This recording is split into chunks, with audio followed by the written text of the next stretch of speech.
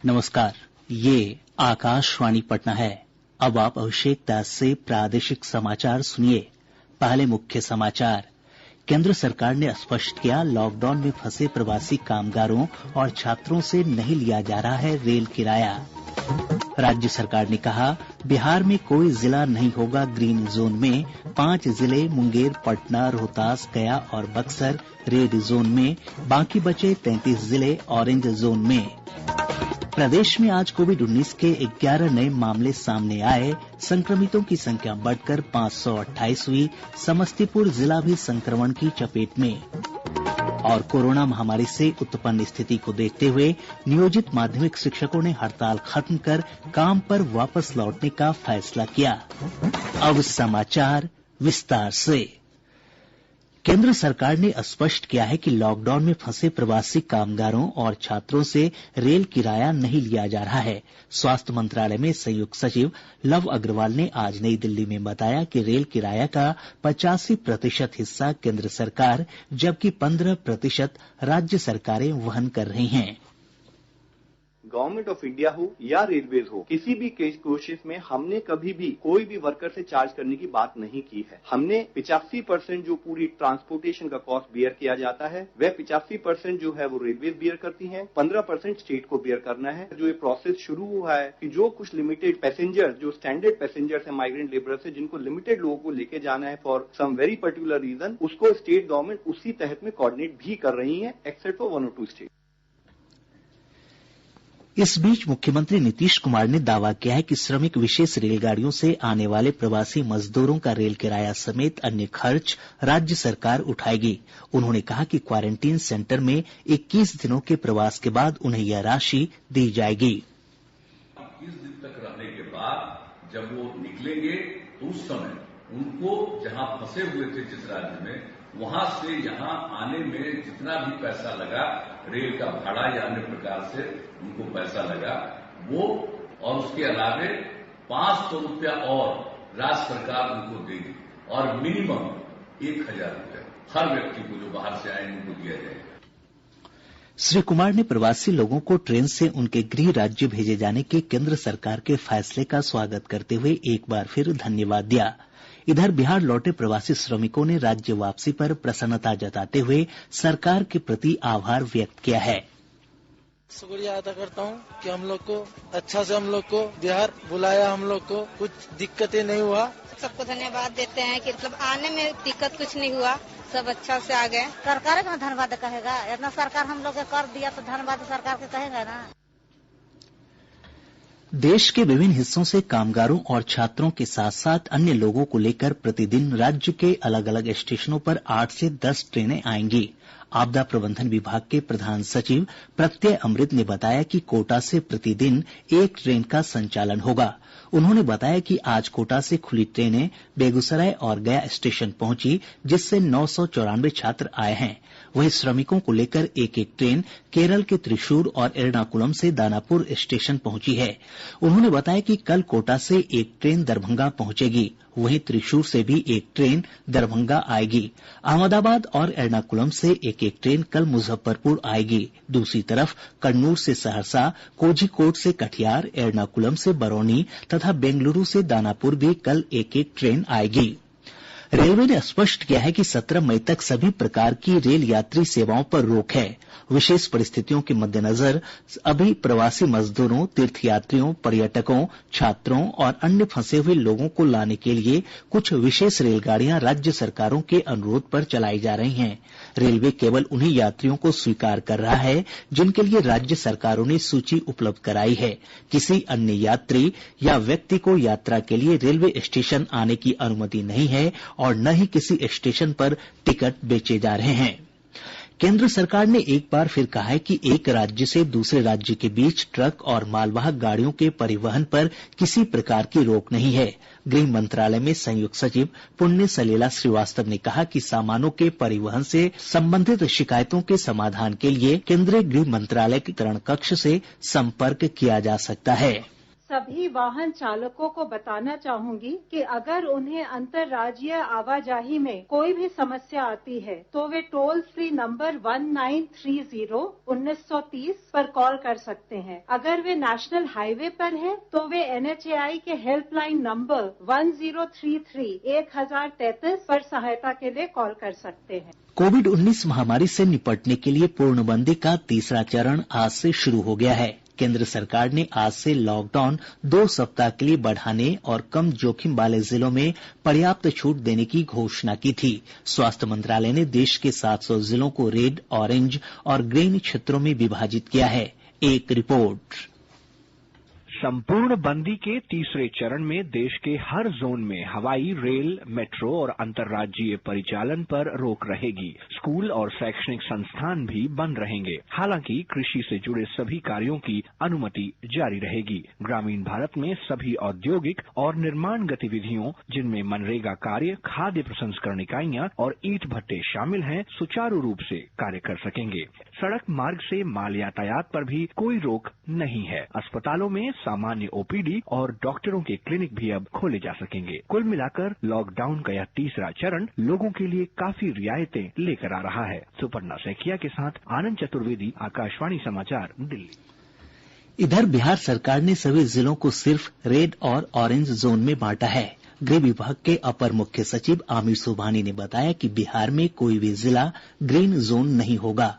उन्होंने कहा कि नए इलाकों में कोरोना संक्रमण के बढ़ते मामलों और अन्य राज्यों से प्रवासी मजदूरों और छात्रों के प्रवेश को देखते हुए ये फैसला किया गया है।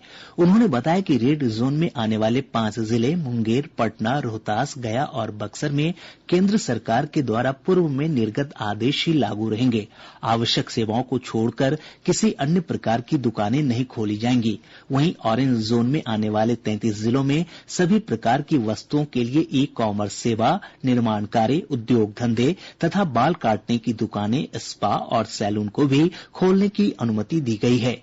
उन्होंने बताया कि इसके अलावा जिलाधिकारियों को अधिकृत किया गया है कि वे आवश्यक वस्तुओं के अलावा अन्य दुकानों को खोलने के संबंध में निर्णय लें। पत्रकारों के एक सवाल के जवाब में अपर मुख्य सचिव ने बताया कि एक दूसरे जिले के बीच आवागमन के लिए जिलाधिकारी को पास निर्गत करने का आदेश दिया गया है। पुलिस महानिदेशक गुप्तेश्वर पांडेय ने लोगों से लॉकडाउन के तीसरे चरण में विशेष एहतियात बरतने को कहा है। उन्होंने कहा कि बिहार में इस चरण के तहत विशेष छूट नहीं मिली है। आम आदमी के लिए कोई छूट नहीं है। केवल ऑरेंज जोन में कुछ कंस्ट्रक्शन एक्टिविटीज, कुछ सरकारी कामकाज के लिए अलाउ किया गया है। विशेष परिस्थिति में कुछ दुकानें खोलने का संबंधित जिला प्रशासन निर्णय ले सकता है। बाकी कोई दुकान नहीं खुलेगा, कोई शॉपिंग कॉम्प्लेक्स नहीं खुलेगा, कोई मॉल नहीं खुलेगा, कोई सिनेमा हॉल नहीं खुलेगा। स्कूल, कॉलेज, कोचिंग इंस्टीट्यूट सब बंद रहेंगे। पुलिस महानिदेशक ने कहा कि लॉकडाउन का उल्लंघन करने वालों के खिलाफ कड़ी कार्रवाई की जाएगी। प्रादेशिक समाचार आप आकाशवाणी पटना से सुन रहे हैं। प्रदेश में आज कोविड-19 के 11 नए मामलों की पुष्टि के साथ ही संक्रमितों की संख्या बढ़कर 528 हो गई है। आज मधुबनी से 5, कैमूर से 2, पश्चिम चंपारण तथा समस्तीपुर से एक एक मामला सामने आया है। राज्य में अब तक 129 लोग स्वस्थ हो चुके हैं, जबकि 4 लोगों की मौत हुई है। समस्तीपुर जिले में संक्रमण का मामला सामने आने के साथ ही अब इस महामारी की चपेट में 32 जिले आ चुके हैं। हमारे समस्तीपुर संवाददाता ने बताया कि दिल्ली से लौटे 25 वर्षीय युवक में संक्रमण की पुष्टि हुई है। वह दलसिंहसराय के क्वारंटीन केंद्र में रह रहा था। इधर देश भर में कोरोना संक्रमित लोगों की संख्या बढ़कर 42,836 हो गई है। इनमें 11,762 लोग इलाज के बाद स्वस्थ हो गए हैं, जबकि 1,389 लोगों की मृत्यु हुई है। केंद्रीय स्वास्थ्य मंत्री डॉक्टर हर्षवर्धन ने कहा है कि देश में कोविड-19 से मरीजों के ठीक होने की दर 26% से ऊपर हो गई है। उन्होंने लोगों से अनुरोध किया कि वे लॉकडाउन की बढ़ी हुई अवधि के दौरान सभी दिशा निर्देशों का पूरी ईमानदारी के साथ पालन करें, क्योंकि तभी हम कोरोना को फैलने से रोक पाएंगे। नई दिल्ली स्थित सफदरजंग अस्पताल के वरिष्ठ चिकित्साधिकारी डॉक्टर M.K. सेन ने लोगों से लॉकडाउन के तीसरे चरण के निर्देशों का पालन करने की अपील की है।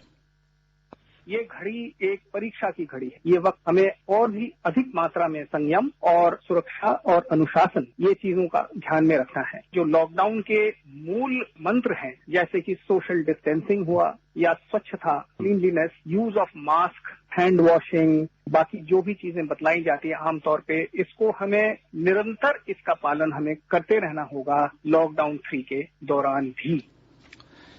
सुप्रसिद्ध फिल्म अभिनेत्री हेमा मालिनी ने भी लोगों से परस्पर सुरक्षित दूरी बनाए रखने तथा केंद्र सरकार के दिशा निर्देशों का पालन करने की अपील की है। सभी वर्ग के, सभी उम्र के लोग अपने अपने घर में रुकें, यही तो सच्ची देशभक्ति है। तो आइए अपने परिवार को वो खुशनुमा पल दीजिए, घर में रहिए और कोरोना को घर से बाहर रखिए। आपदा प्रबंधन विभाग के प्रधान सचिव प्रत्यय अमृत ने कहा है कि दूसरे राज्यों से आ रहे लोगों के रहने के लिए प्रखंड मुख्यालयों में क्वारंटीन केंद्र बनाए गए हैं, जहां खाने पीने से लेकर हर प्रकार की सुविधाएं उपलब्ध हैं। उन्होंने बताया कि इन केंद्रों पर जो व्यक्ति खुद खाना बनाएंगे, उसके एवज में सरकार भुगतान करेगी। श्री अमृत ने कहा कि बच्चों के लिए दूध की भी व्यवस्था की गई है, साथ ही लोगों को कपड़े और बर्तन भी दिए जा रहे हैं। उन्होंने बताया कि सीसीटीवी कैमरे से इन केंद्रों में रहने वाले लोगों की निगरानी हो रही है। इस बीच ग्रामीण विकास मंत्री श्रवण कुमार ने कहा है कि क्वारंटीन सेंटर पर ही लोगों का मनरेगा जॉब कार्ड बनवाया जाएगा और उन्हें योजना के तहत काम उपलब्ध कराए जाएंगे।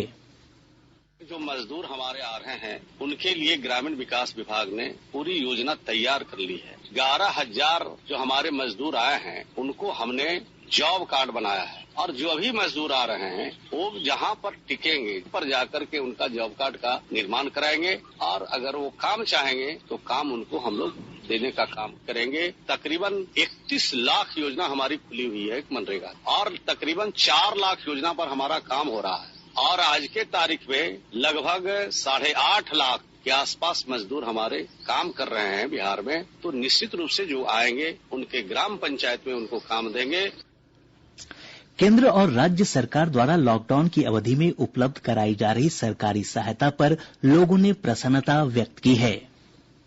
हमारा नाम है मदन मंडल, जिला समस्तीपुर, गांव वास्तेपुर। मनरेगा तरफ से काम कर रहे हैं, है ना। हमको गैस मिला है, जनधन वाला पैसा मिला है, उसमें अनाज भी वितरण हुआ है, वो भी मिल गया है। मोदी जी के धन्यवाद। मैं रामनाथ पांडे, ग्राम बिंजी, जिला कटिहार का एक किसान हूँ। मुझे किसान सम्मान निधि योजना के तहत केंद्र सरकार के द्वारा मेरे खाते में राशि दिया गया है। मैं बहुत बहुत खुश हूँ। मेरा नाम बिट्टू कुमार है, मैं जहांगीरपुर बंजरिया का रहने वाला हूँ। मुझे राशन मिला है और पैसा 1,000 रुपये मिला है, इसलिए मैं प्रधानमंत्री और मुख्यमंत्री को तहे दिल से धन्यवाद करता हूँ। केंद्रीय अप्रत्यक्ष कर बोर्ड ने सोशल मीडिया पर चल रही इन खबरों का खंडन किया है कि सरकार ने जीएसटी की वापसी के अनुरोध को ऑनलाइन निपटाने की प्रक्रिया शुरू की है।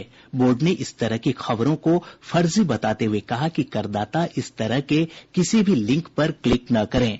संघ लोक सेवा आयोग यूपीएससी ने देश में कोविड-19 महामारी की स्थिति को देखते हुए वर्ष 2020 के लिए सिविल सेवा की प्रारंभिक परीक्षा स्थगित कर दी है।